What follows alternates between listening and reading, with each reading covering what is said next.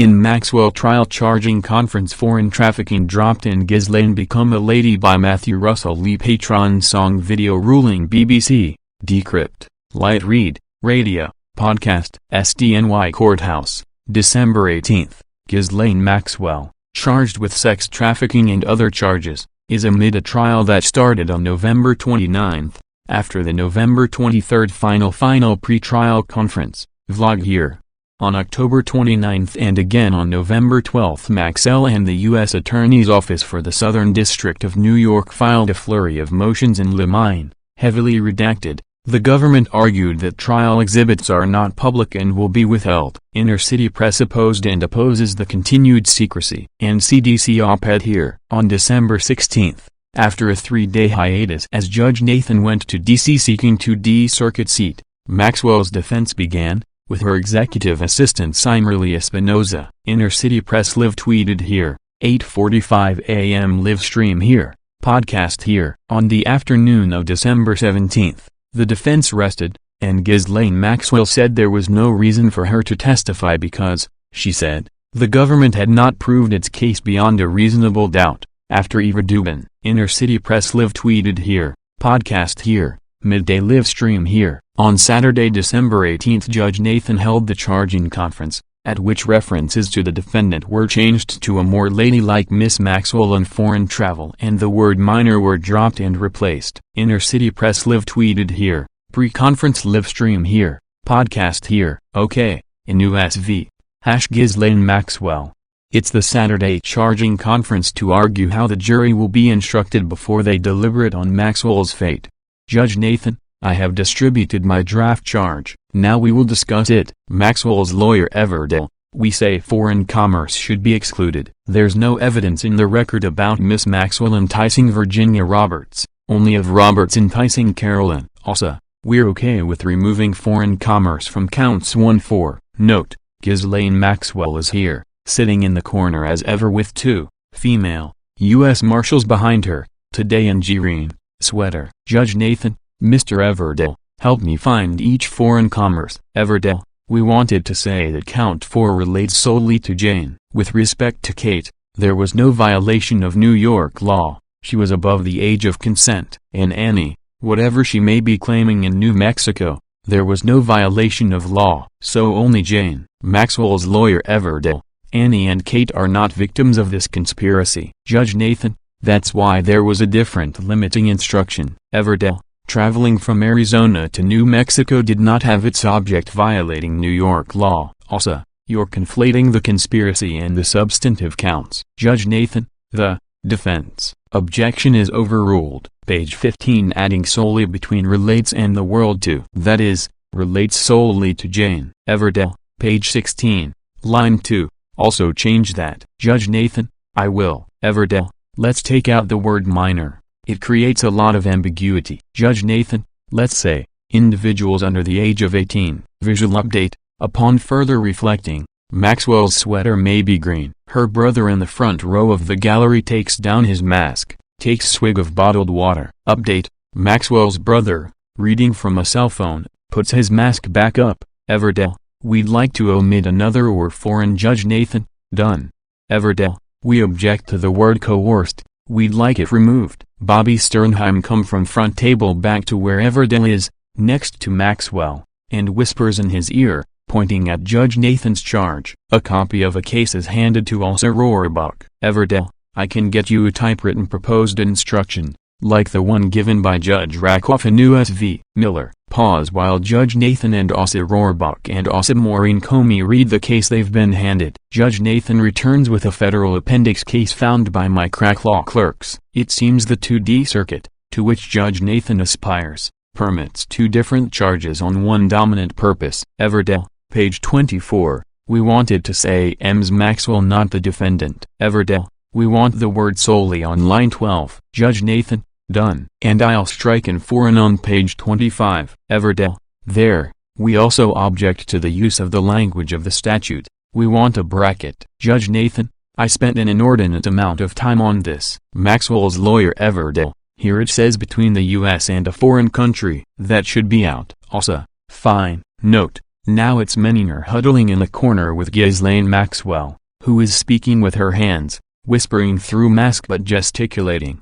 Everdell, in the title, we'd like to change minor to person under 18, also. The indictment says minor, but we are not seeking to send the indictment back with the jury. Judge Nathan, so you are in vigorous agreement. Laughter among lawyers. Note, Maxwell's lawyer Menninger has picked up her bag and coat and she's left the courtroom. Everdell is running the show on the jury charge, versus Asa Rohrbach, though Asa's Laura Pomeratz and Maureen Comey taking and passing copious notes. Everdell, with respect to Jane, we want to use the word alleges, and here, we'd like you to simply eliminate the reference to age. Also, we can remove age. Let the jury decide Annie's age. Everdell, we preserve our objection with respect to the topless massage. Maxwell's lawyer Bobby Sternheim jumps in and gets a change. By contrast, also Laura Pomerantz passes a note to also Maureen Comey, who reads it and passes it on to also Rohrbach, who's doing the speaking. He says, we're okay to cut including at times Maxwell. Everdell, we want the conscious avoidance language out. The record shows people saying their ages. I need to break this into two pieces. There was testimony about multiple females being at the Palm Beach residence. But what ages did they look like? Everdell, Mr. Alessi said he only saw two people who looked underage. Jane says she was 14 or 15 and we say no, she was older. Caroline says, I was such and such age. But we say we made nothing to do with Carolyn. Everdell, maybe Mr. Epstein slipped in a couple of teenagers. Also, Carolyn was told to say she was 18. Everdell, Carolyn was told by Virginia to say she was 18. That doesn't have anything to do with Miss Maxwell. Judge Nathan, we're going to include it. Wait, I have a comment on my own draft. The he should be replaced with she. Everdell, there were witnesses with felony convictions. We'd like this and instruction on the credibility of witnesses. Also, we're not aware of this instruction being given in this district. Judge Nathan, I haven't given that instruction. Everdell, maybe on cooperators? Judge Nathan, looks like I have given it as a separate instruction, in U.S. v. Berry, Inner City Press also covered. Everdell, we want the instruction that U.S. but not the defense can offer immunity. One of our witnesses said they would invoke the Fifth. Also, Virginia Robert could have been called by the defense. Defense, I'm not referring to her. I'm referring to Sarah Kellen. Also Rohrbach.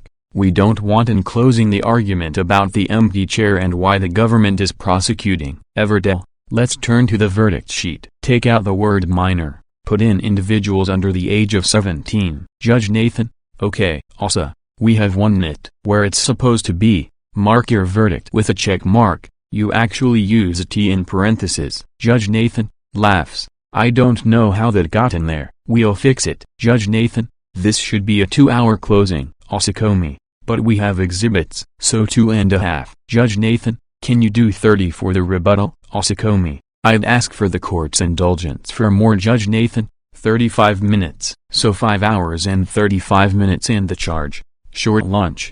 Judge says. Judge Nathan, the charge is 80 pages. My favorite part of the job, reading the charge. Laughs. It should take an hour, so 6 hours and 35 minutes, plus breaks and lunch. Can fit between 9 a.m. and 6 p.m. on Monday. Maximum Maxwell, also Maureen Comey, to keep things confidential. During closing some exhibits will only be on the juror's screen, not the public screen. We'll also turn the podium. Judge Nathan, I will work on finalizing the charge, but will it go into the docket? Story soon. Addendum. Maxwell stayed in the courtroom after some others left. Finally the two marshals escorted her toward the prisoner's door. She stopped on the way and exchanged words with her brother, then continued to the door. On December 10, leading up to the U.S. resting of its case, Annie Farmer was cross-examined, then her ex-boyfriend and mother testified. Inner City Press Live tweeted it here, podcast here, stand up, Gmac's sister, and circus. Again, where is the press opposition to all this sealing, and the decision maker? Inner City Press is covering the trial, and all that comes before and after it. Court case cast and Song I, Song 2, Song 3, 5th Song, November 27th Song, December 4th Song, and now December 11th Song.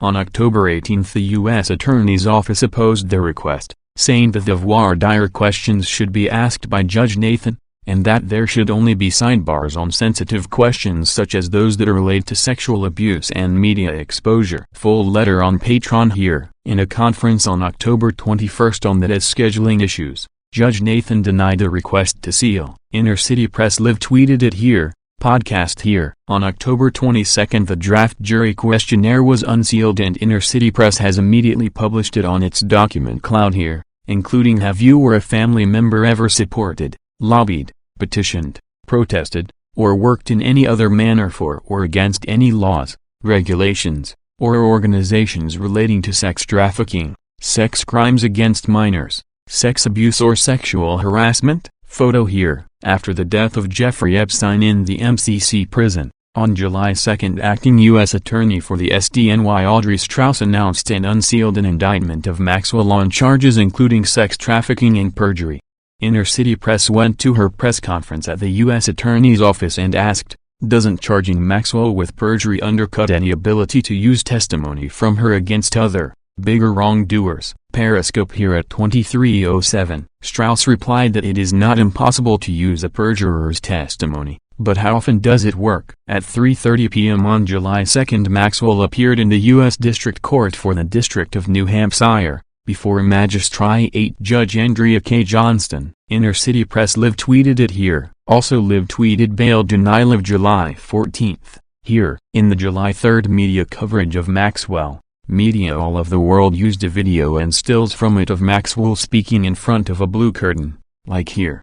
What they did not mention is something Inner City Press has been asking the UN about, as under UNSG Antonio Guterres with his own sexual exploitation issues, exclusive video and audio, it got roughed up and banned from the UN. Ghislaine Maxwell had a ghoulish United Nations press conference, under the banner of the Terramar Project, here. On July 5. After some crowdsourcing, Inner City Press reported on another Ghislaine Maxwell use of the United Nations, facilitated by Italy's permanent representative to the UN official Nikhil Seth and Demir Dossal, who also let into the UN and in one case took money from convicted UN briber Eng Lap Seng, and Patrick Ho of Sefc China Energy, also linked to UN Secretary-General Antonio Guterres. At the Ghislaine Maxwell UN event, the UN Deputy Secretary-General was directly involved. List of some of the participants on Patreon here. Inner City Press has published a phone of Maxwell in the UN with Dossal, here, but the connection runs deeper. Dossal with 25 years of UN involvement was on Terramar's board of directors, one of only 5 directors, only 3 not related to Maxwell by blood and name. The directors, Ghislaine Maxwell, Christine Maulina Maxwell, Stephen Haft, Christine Dennis and Amir Dossal. Inner City Press is publishing this full 990 on Patreon here. Dossal has operated through the UN Office of Partnership, with Antonio Guterres and his deputy Amina J. Mohammed, here, and the links to the world of UN bribery, including Antonio Guterres through the Gulbenkian Foundation, runs deeper. More to follow. Antonio Guterres claims he has zero tolerance for sexual exploitation, but covers it up and even participate in it. He should be forced to resign, and or have immunity waived. Terramar has been dissolved, even though Maxwell's former fundraiser, Director of Development Brian Urisic still lists the URL on his protected Twitter profile, also here. But now Inner City Press has begun to inquire into Ghislaine Maxwell's other United Nations connections, starting with this photograph of another day's, or at least another outfit's, presentation in the UN, here. While co-conspirator Antonio Guterres has had Inner City Press banned from any entry into the UN for 2 years and a day, this appears to be in the UN Economic and Social Council, ECOSOC, chamber. We'll have more on this, and on Epstein and the UN. Watch this site. The case is US v. Maxwell, 20 CR 330, Nathan. To find out more, please follow the links on screen and in the description. Together, let's make sure justice is served.